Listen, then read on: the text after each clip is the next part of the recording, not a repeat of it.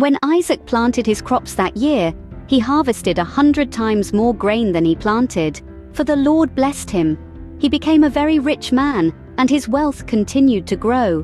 He acquired so many flocks of sheep and goats, herds of cattle and servants that the Philistines became jealous of him. So the Philistines filled up all of Isaac's wells with dirt. These were the wells that had been dug by the servants of his father Abraham. Finally, Abimelech ordered Isaac to leave the country. "Go somewhere else," he said, "for you have become too powerful for us." So Isaac moved away to the Gerar Valley, where he set up their tents and settled down. He reopened the wells his father had dug, which the Philistines had filled in after Abraham's death.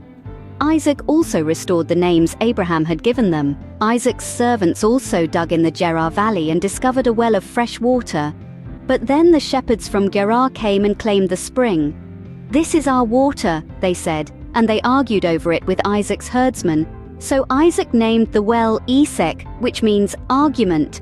Isaac's men then dug another well, but again there was a dispute over it, so Isaac named it Sitnah, which means hostility. Abandoning that one, Isaac moved on and dug another well. This time there was no dispute over it, so Isaac named the place Rehoboth, which means open space. For he said, "At last the Lord has created enough space for us to prosper in this land." From there Isaac moved to Beersheba, where the Lord appeared to him on the night of his arrival. "I am the God of your father Abraham," he said. "Do not be afraid, for I am with you and will bless you. I will multiply your descendants, and they will become a great nation. I will do this because of my promise to Abraham, my servant." Then Isaac built an altar there and worshipped the Lord. He set up his camp at that place, and his servants dug another well. One day King Abimelech came from Gerar with his advisor, Ahuzzath, and also Phicol, his army commander. "Why have you come here?" Isaac asked. "You obviously hate me since you kicked me off your land." They replied, "We can plainly see that the Lord is with you, so we want to enter into a sworn treaty with you. Let's make a covenant. Swear that you will not harm us, just as we have never troubled you.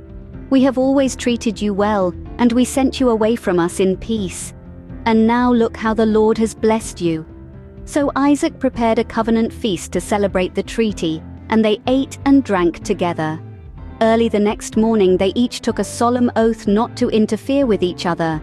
Then Isaac sent them home again, and they left him in peace. That very day Isaac's servants came and told him about a new well they had dug. "We've found water!" they exclaimed. So Isaac named the well Sheba, which means oath. And to this day the town that grew up there is called Beersheba, which means well of the oath. At the age of 40, Esau married 2 Hittite wives, Judith, the daughter of Beeri, and Basemath, the daughter of Elon. But Esau's wives made life miserable for Isaac and Rebekah.